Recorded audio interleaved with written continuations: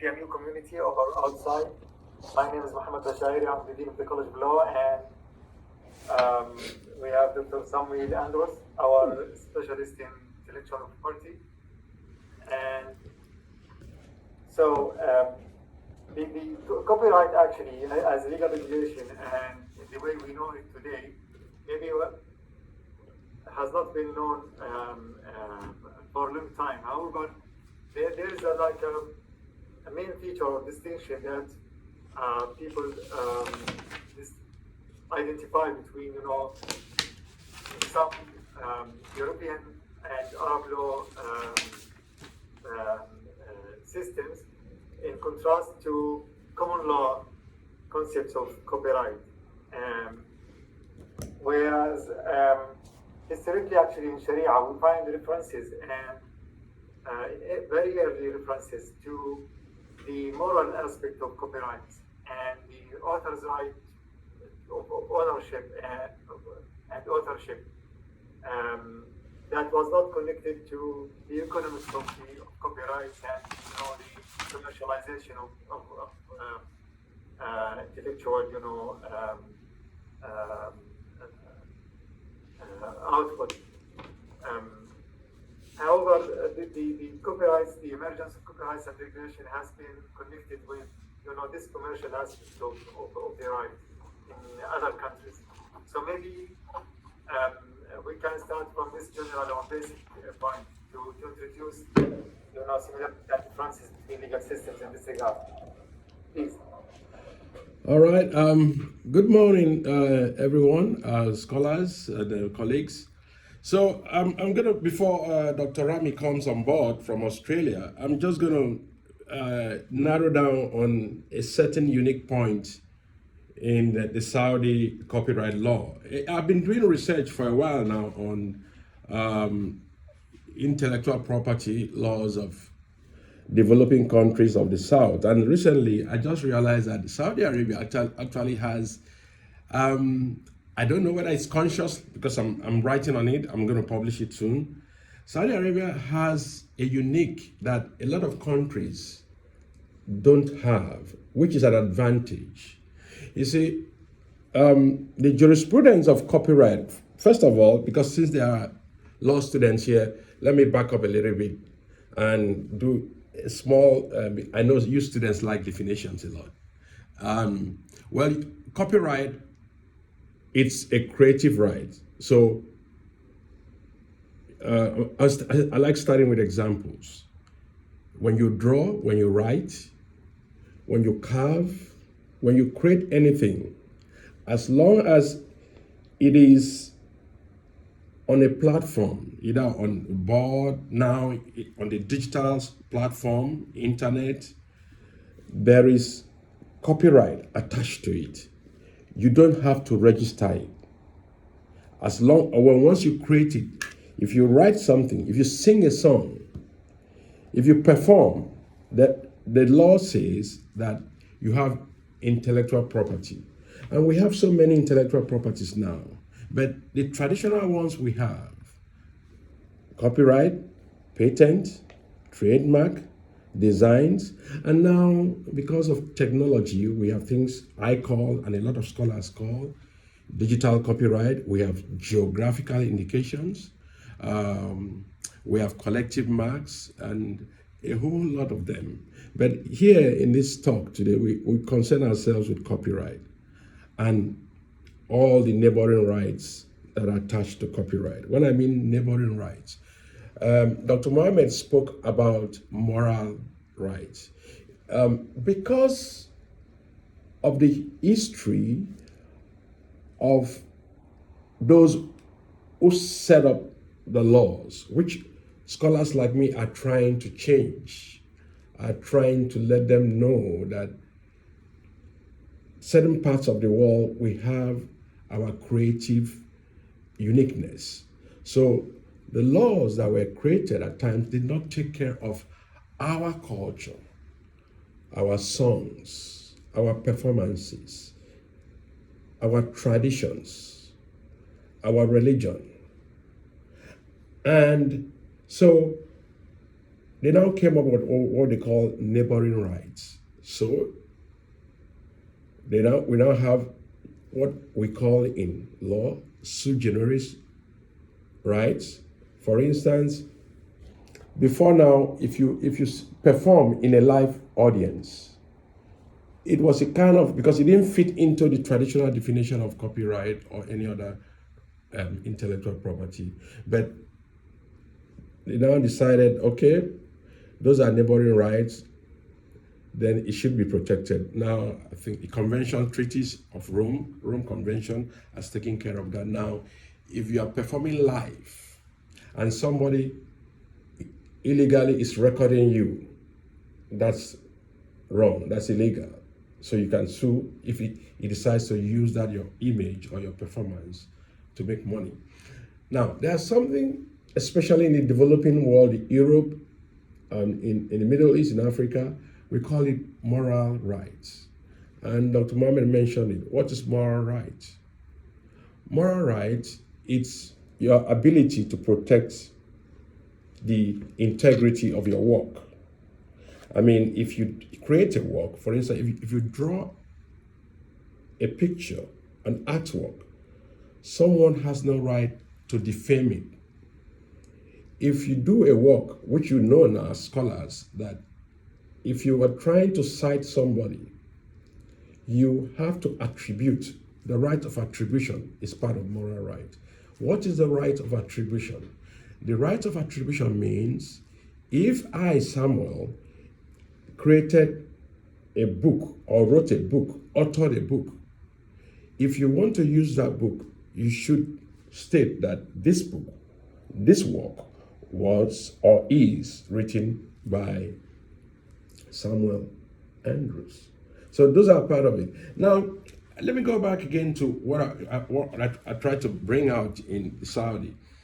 Saudi Arabian copyright law, which if you're a student of intellectual property, you know, we have a copyright law that was issued by Royal Decree number M, dated 2/7/1424 AH, and it has been amended by the Council of Ministers Resolution number 536, dated 1910/1439 AH.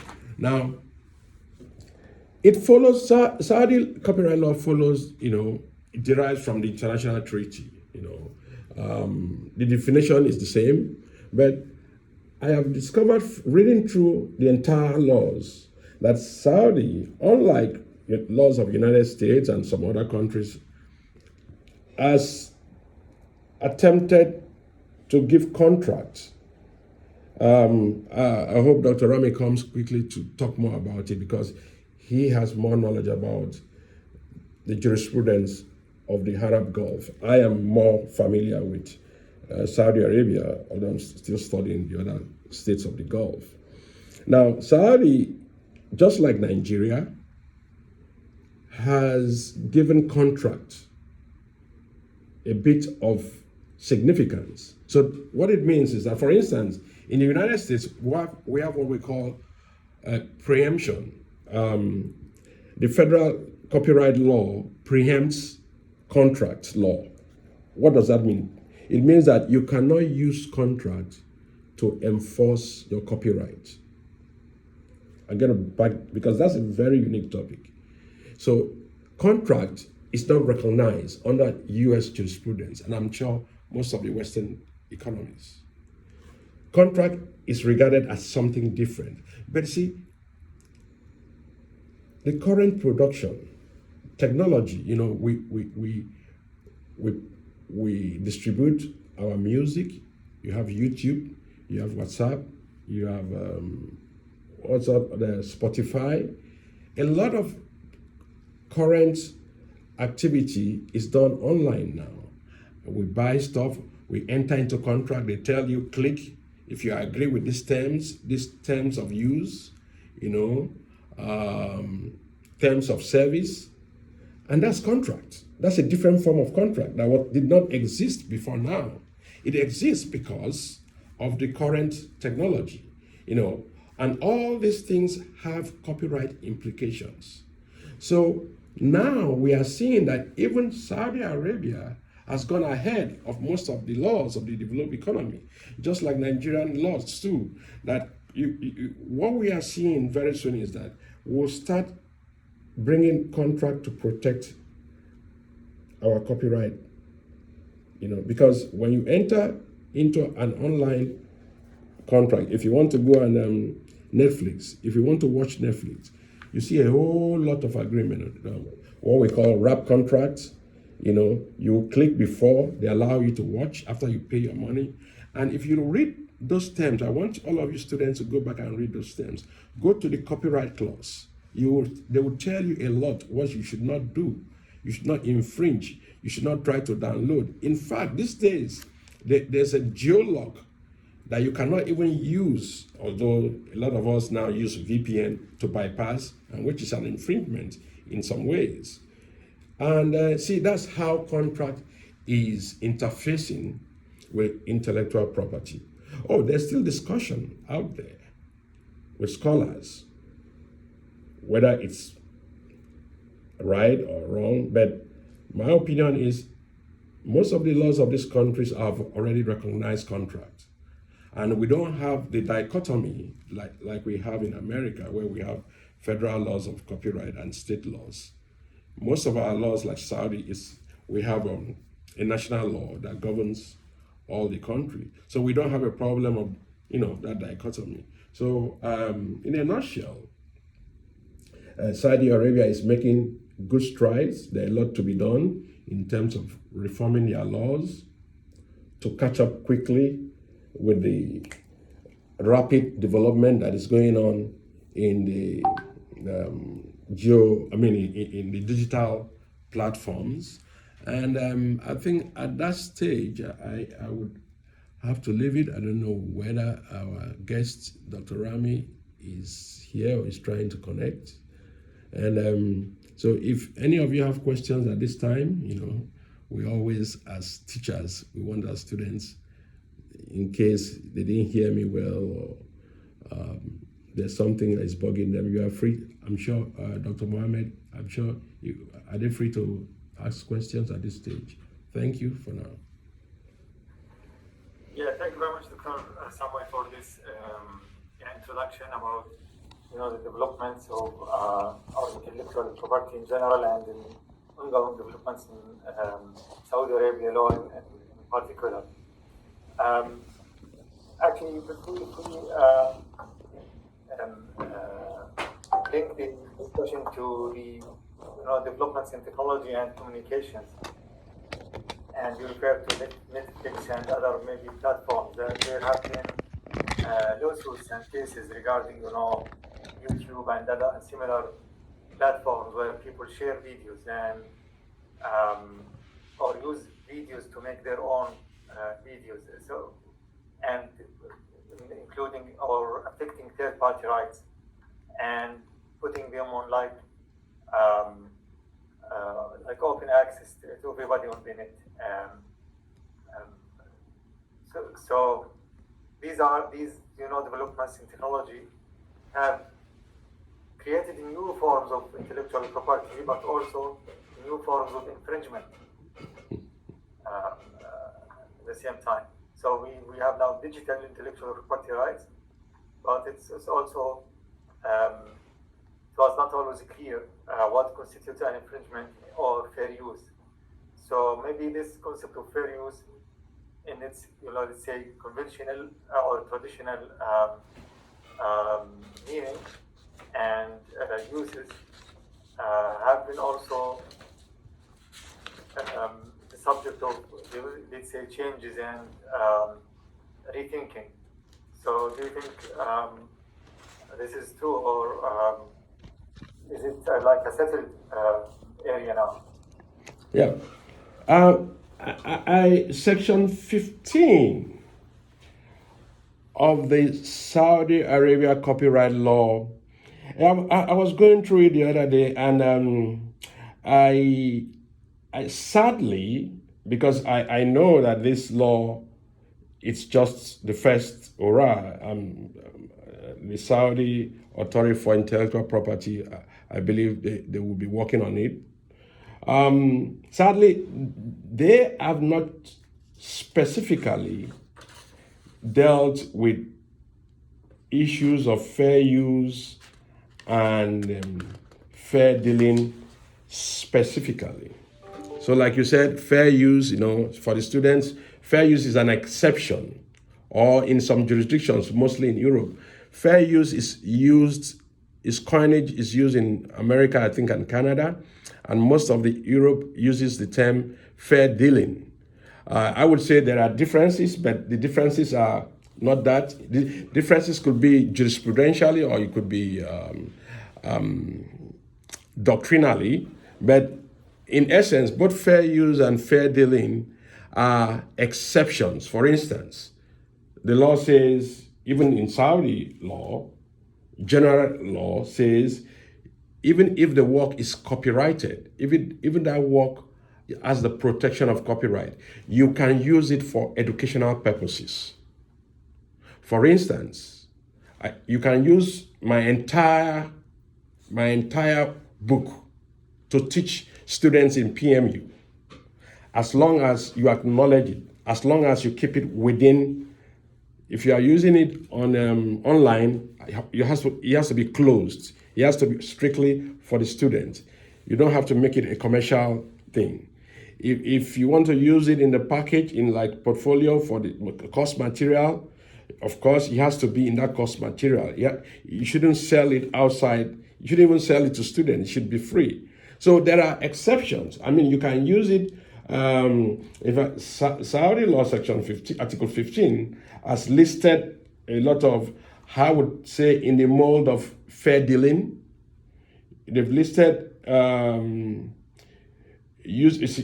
section 3 of article 15 says, using the work by way of clarification for educational purposes within the limits justified by intended objective, and making copies or two for public libraries, non-commercial. See, those are what we call, for you students or audience, fair use or fair dealing. Now, there is still the discussion, the argument, what is really, because in real life at times, because of commerce and because of the way creation is done now, the rapidness of technology. You see, you can sing a small song now, a folklore, and put it in YouTube, and you thought it was a joke. Before you know it, you have 1 million clicks, and that's a lot of money for you. But that song could have been based on somebody's original music, and you thought you were just clowning. And I can tell you, in the real world, the publishers, the owners of the original copyright, will be interested, because there's a lot of money to deal with, and they will come after you. Then you will now say it's a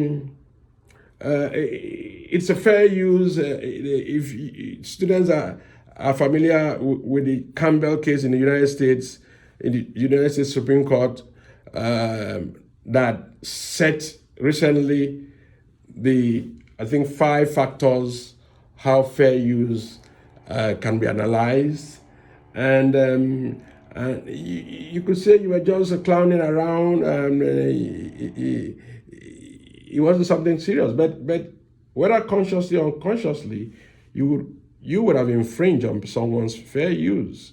So I, as a scholar and as a lawyer in that area, I always tell people, before you post something online, now, you got to check it out. Just check it out with somebody. Say, is this okay? Especially if you are singing a song that you know, maybe the tunes is there before.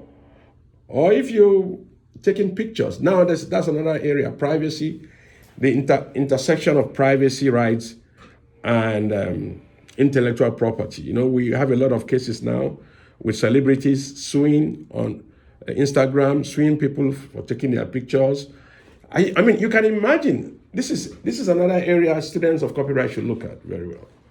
So your image, somebody took your picture, and you You took that your picture, you saw it somewhere. Oh, this is my picture. You took it and posted on your profile on Instagram. And the person came after you. You said, no, you don't have a copyright to it. It's my picture. And you start arguing, but this is my image. But you see, the law is clear.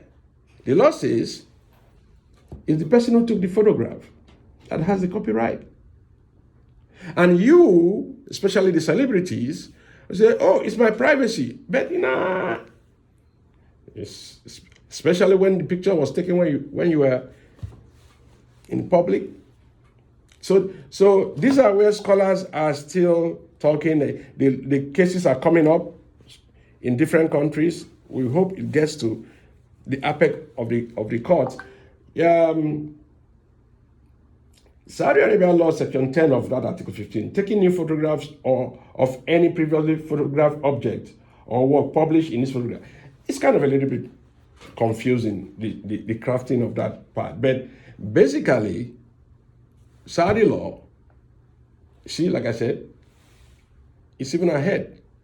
He has taken care of photography there. So, although I would recommend a little bit of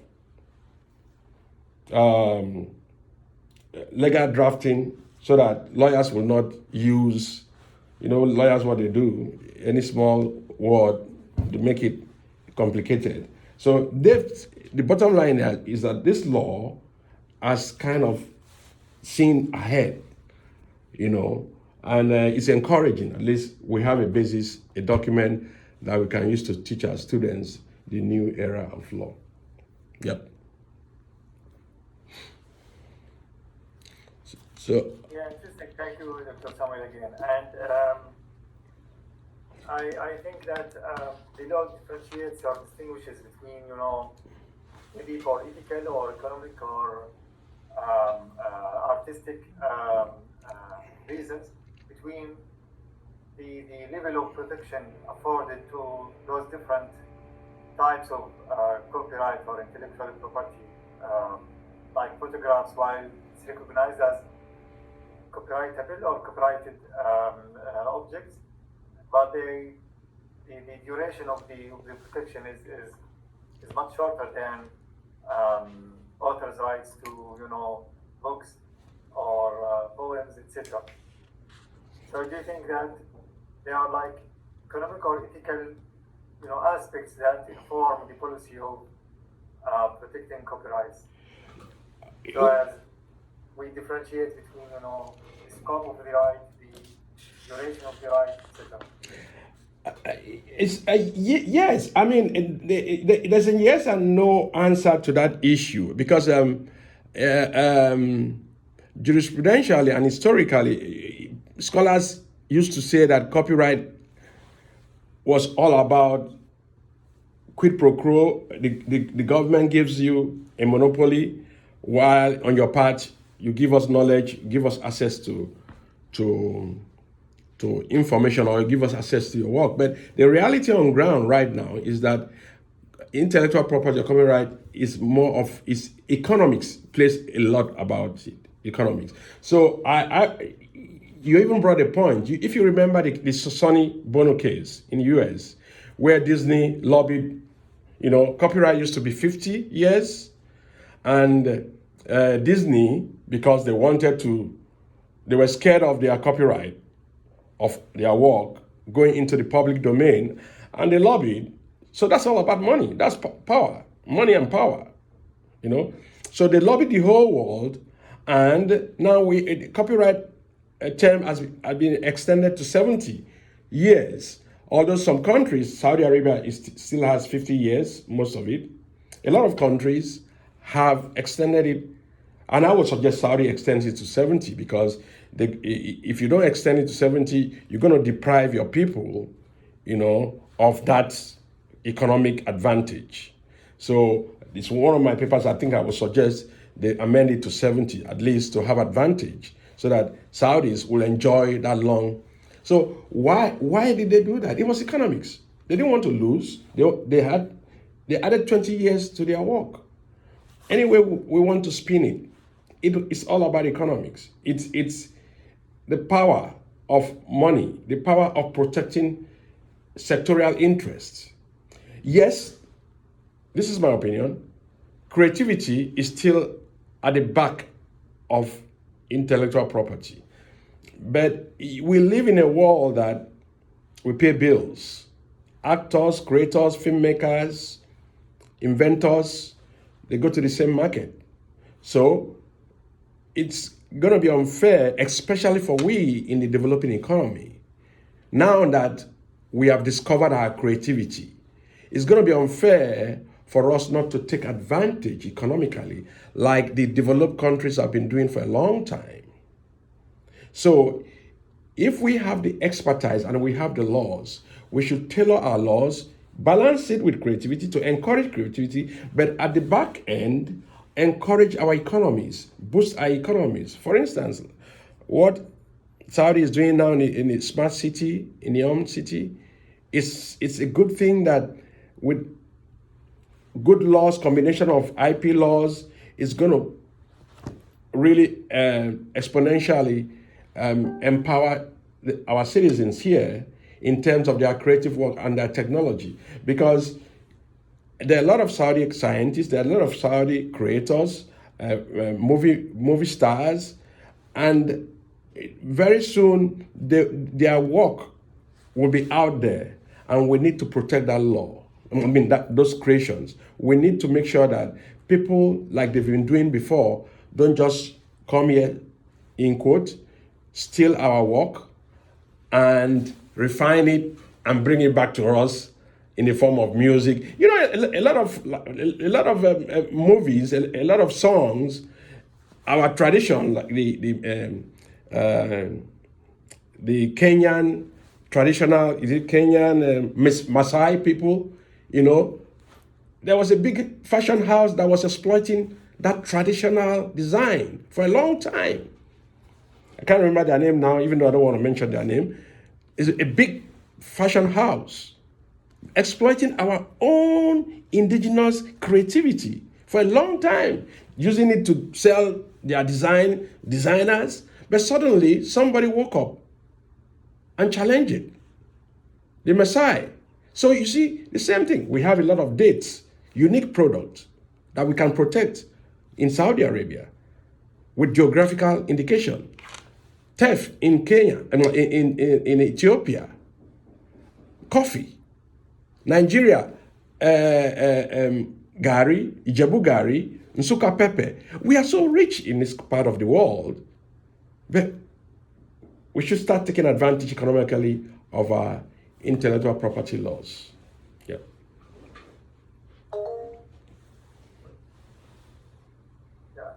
Okay. We have Saleh. Please go ahead, Saleh Al-Jalani. Assalamu alaikum. Wa alaikum salam. Thank you, Dr. Samuel, for this lecture. I just have some question about, you gave an example about if someone, like a painter or something, if someone take a picture and post it on Instagram, which is legal, right? Mm-hmm. It all depends on the kind of picture. Not all pictures are legal. Yeah, it's the same case as if someone take a picture like in a set of a movie. It's legal because it's not violent. It's like the same as a movie. It just take a picture on the set, which is legal, right? Sorry, you said let me understand. Take a picture in the set or in the movie theater? No, I'm talking about in the set that they film again. If someone like to take a picture, like if we talk about Hogwarts, Okay. School of Harry Potter, if someone take a picture on it in the same location that they film it, it's all right. I thought it's all right, right? Well, it's not a yes or no answer. If you take a picture of the people in that location, of course it's your picture, but it becomes a little bit cloudy when you take that picture and post it on a social media. Because now a lot of things are going to be implicated. One, in a proper location, if they have good lawyers, everybody on that location will sign an NDA, sign some form of contract. That's again how contract will protect. And there will be a lot of notices there restricting you from taking pictures if they want to. So if those things are done, if you are pre-warned now and you decide to take a private picture, especially for instance, if you have a star, a big star in that location, if you put his picture on social media, his managers are going to be very uncomfortable. So it's always good. Best practices. Before you do it, you consult. At times you are in public, you want to take picture with celebrities. They don't mind. They want you. And some of them, their managers will come here and tell you, please don't post it online. Because that's what I advise my clients. Because we are trying to, Dr. Mohammed said it, it's all about economics. First of all, I don't want to dilute my client, my celebrity, his image. I don't want to bring it down. Every nasty social media, his picture will be there. It's value. What does he have? He sells image. That's money. That's what they sell. So you are trying to manage, as a lawyer, as an IP lawyer, it's your business to manage the creative's image. The modern lawyer does that, not just a PR man. The modern IP lawyer, that's what he's trained to do. You think ahead. Because if you allow people to be posting your creative's image everywhere like that, nobody might call him to act a good movie down the road. Yep. Did I answer that? Yeah. And if I may, I have a second question. Go ahead. About what makes, I know we're focusing about the Saudi Arabia, but I'm talking what makes the paparazzi that legal in US? I think so, if it's legal or not. But many people in US doing paparazzi. Okay, good question. I think a student of mine asked me that question here 2 weeks ago or a week ago. So you see, America is quite different from a lot of countries because of what we call the Second Amendment. The First Amendment, Article First Amendment. Yeah. The press, paparazzi is regarded as the press. So the press has a lot of power, and based on the current law, New York Times and Sullivan, that is the controlling law of press freedom, defamation by the press, privacy rights. So the paparazzi has, unlike in Europe or unlike London mostly, that they kind of control them. America, I'm sorry, you can't control these guys. Even when you sue them for defamation and all that, libel, the Supreme Court is there to back them up. The case in New York, I want you guys to read that case, New York Times and Sullivan. It's a very interesting case. I don't really agree too much about it because you have to prove malice or an elevated form of bad conduct. You have to prove before they can hold you responsible. So that's why paparazzis, they go about to snap you, especially if you're a celebrity, because a celebrity has lost a certain bit of privacy. It's just like a public officer, a politician. You've lost certain part of your publicity. If you are out there in the open, you see, they can use technology, long camera, and snap the naked celebrities in the beach, and nobody's going to do anything to them. So now you, the celebrity, has a responsibility to manage where you are naked or what you are doing. It's just the law in America, but it's different from Europe now because they've changed. It's kind of different. You see, after the death of Diana in UK, in London, Lady Diana, you see a lot of laws have been changed to protect people's privacy. Okay? Yeah, but even though that US, it's the place where everyone there, like Hollywood star and singers. So I don't know why the law that doesn't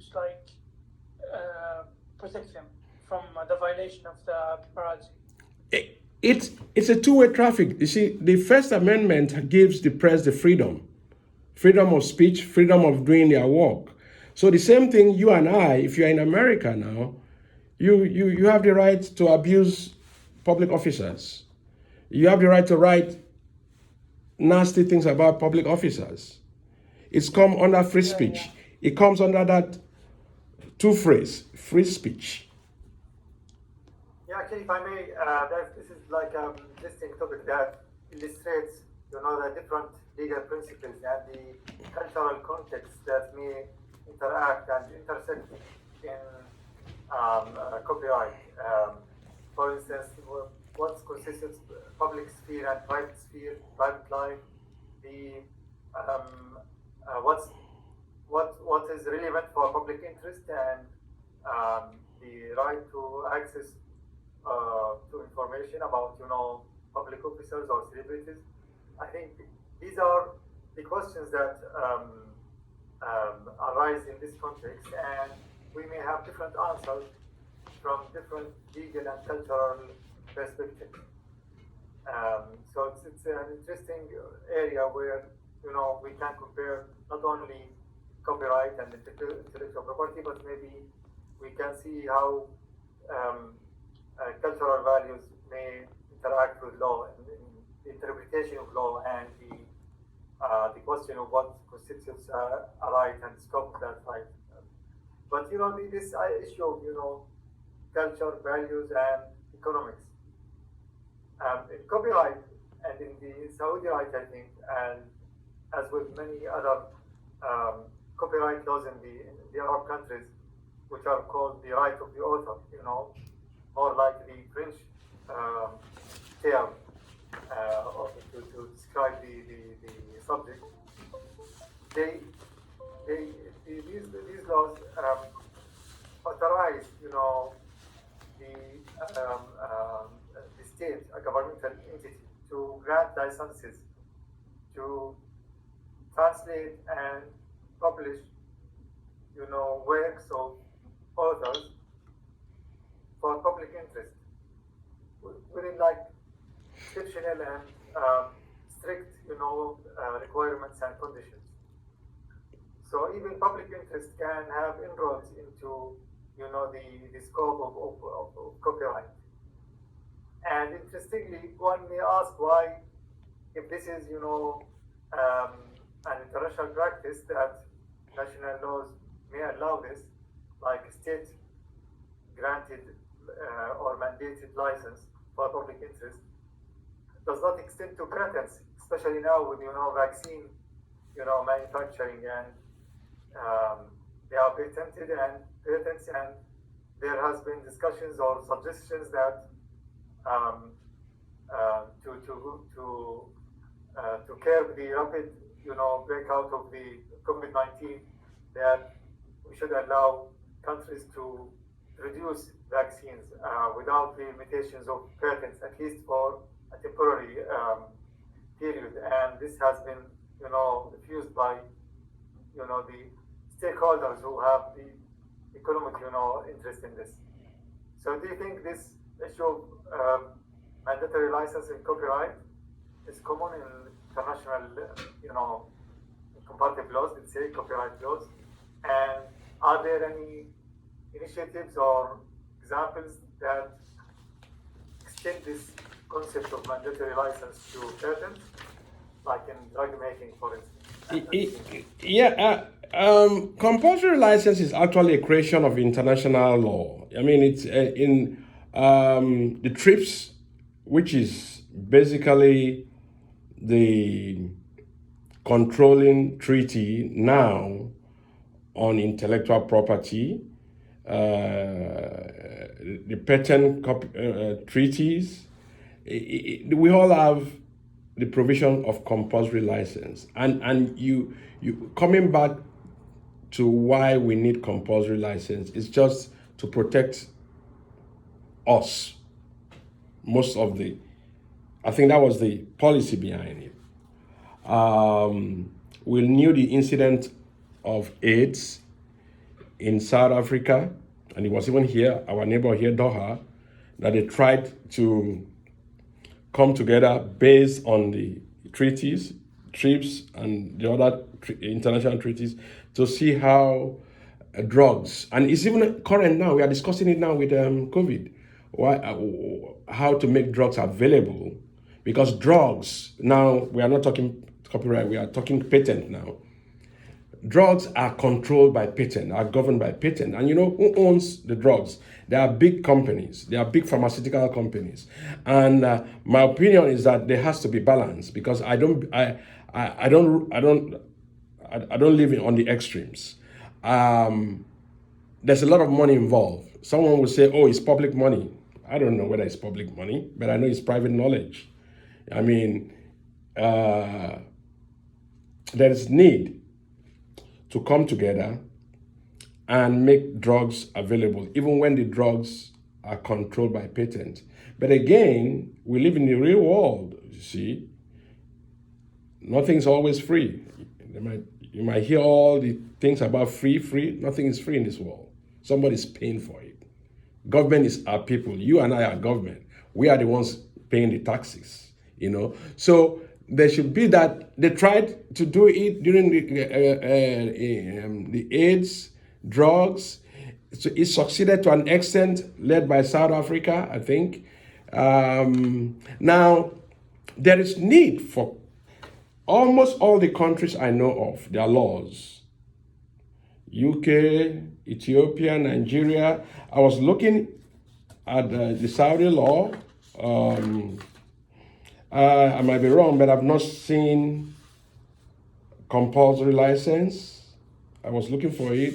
I've not seen where it's embedded, compulsory, mandatory. There is need to be, both in the patent law and the copyright law. There is need. Because what does it mean for you students? What do you understand by compulsory license or compulsory mandatory license? It means that the government can practically force you, irrespective of your copyright or your patent, and say, you got to give us the license for us to be able to work on your protected rights. For instance, drugs. If there's a patent on the drug within the 20-year limit framework, we want to make sure that our people have drugs to cure us of AIDS, to cure us of COVID. We need to manufacture. So license your right to somebody, another scientist, to produce your drug. But again, here comes policy and reality. The law is there, the policy is there. What about the human factor? You might give all the compulsory license you can give. But the issue is, what if you don't have the capacity to produce the drug? So that's why the law should be there, but we should always come back and agree on the human angle. Say, okay, you know what? We are not trying to ruin you. We are not trying to ruin your investment, but it's good for you to give us that license so that people will not die of this disease. So yes, answering your question, compulsory license is a function of international law. Almost all the countries I know of, they have it in their laws. Or even if they don't have it, they take advantage of it, because there's always sovereign right. You know, government always at the tip of the power chain, so they can always call you and tell you, look, we're not going to give you this access if you don't give us this. And you know you will do it because you're a smart person. But it's there in the laws. Yeah. Okay, thank you very much. We have almost now 50 minutes of this interesting and useful, discussion and your insights into the subject. Maybe just quickly, a final point is about enforcement, copyright, protection of copyrights. We hear about, infringements and companies may complain, especially when it comes to digital copyrights like software and computer applications. And so do you think enforcement is an issue in certain countries more than others? Are there mechanisms of enforcement to ensure protection and respect for copyright? Well, you see, technology is faster than the law, so it's always a problem, and it's going to be a problem for a long time. I mean, I want to align with Professor Arewa. She's a Nigerian American scholar in IP, and I think, and that's what is going on right now. There's going to be infringement. There's always going to be, although because of the current laws we have and new business models. You see, we want smart lawyers for the future. That's why I'm excited that a lot of us are here. We are like 35. They are the people who are going to work on this issue. Maybe most of us would have been gone. Because the lawyers have to also think how to create, how to counter the hackers, because you cannot stop somebody sitting down somewhere from far from where you are and working on internet. Even if you know where the guy is, you cannot stop him from putting it on the internet. Even if you want to stop it, by the time you stop it, 1 million people have already seen it. So, but business models are dealing with that. Netflix, iTunes.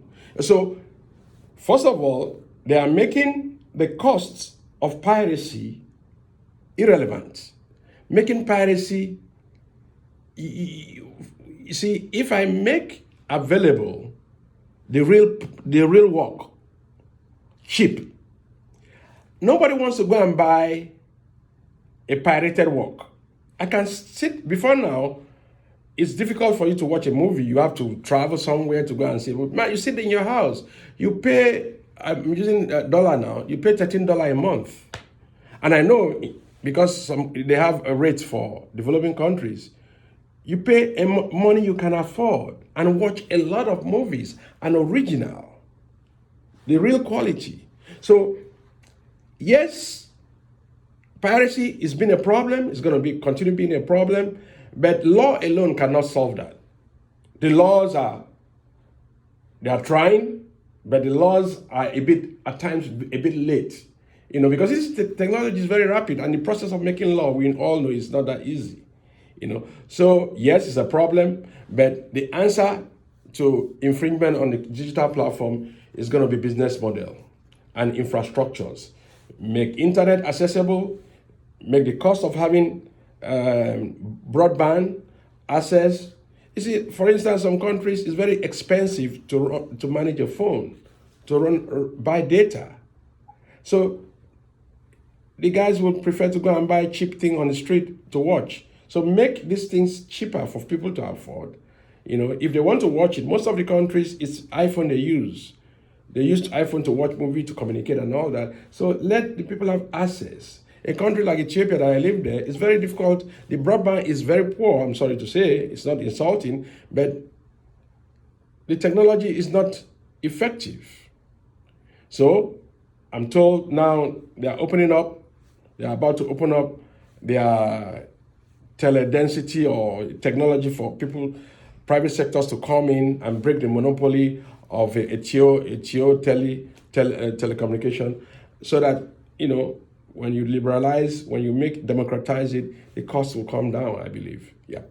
Yeah, thank you very much. So before we conclude, if there is any question or remark from our audience.